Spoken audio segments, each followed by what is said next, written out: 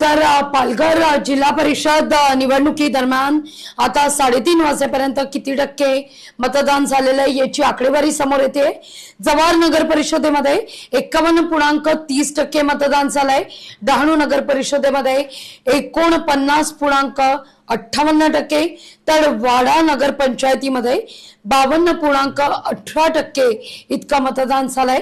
याखेरीज पालघर नगर परिषदेत 44.22% इतकं मतदान पार पडलंय। तर 10 नगर परिषदा आणि एका नगर पंचायतीसाठी आज दुपारी 3:30 पर्यंत 52.99% इतकं सरासरी मतदान पालघरमध्ये झालेलं आहे। म्हणजे एकूण 53% इतकं मतदान सरासरी पालघरमध्ये आतापर्यंत झालेलं आहे। आणि आता 5:30 पर्यंतची जी आकडेवारी आहे ती नेमकी काय असेल हे देखील आपल्याला पाहायचंय। पण 3:30 पर्यंतची जी आकडेवारी आहे ती आताच आपण लागवणी जसं सांगितलं की ही आतापर्यंतची आकडेवारी आणि एकूण सरासरी जर त्याची काढली तर ती जवळपास 53% जाते। अगदी।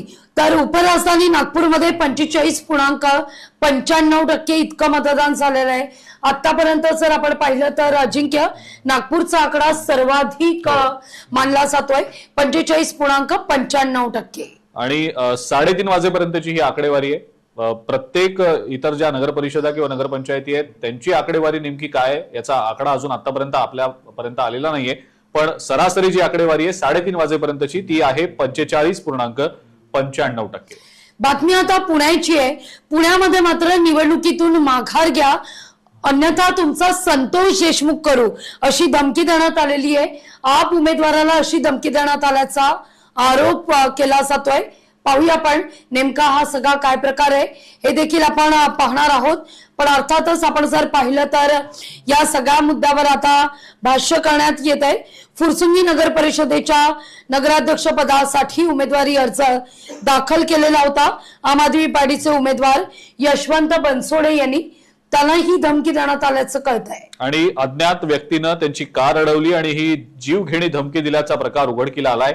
निवडणुकीतनं माघार घ्या अन्यथा तुमचा संतोष देशमुख करू अशा शब्दात धमकी देत बनसोडेंची कार अडवण्यात आल्याबद्दल अज्ञात आरोपीच्या संदर्भात पोलीस ठाण्यामध्ये हा गुन्हा दाखल करण्यात आलेला आहे। 1 डिसेंबरला सकाळी 8:30 ते 9च्या दरम्यान सासवड रोड रेल्वे स्टेशन परिसरातनं यशवंत बनसोडे आपल्या 4 चाकी गाडीनं जात होते। त्याच वेळेला एका अनोळखी व्यक्तीनं हात दाखवून त्यांचं वाहन थांबवलं आणि तो इसम पुढे आला आणि त्यानं निवडणुकीतनं माघार घ्यायला जबरदस्ती करत धमकी दिली। माघार नाही घेतली तर तुमचा संतोष देशमुख करू अशी थेट धमकी या व्यक्तीनं दिलेली आहे।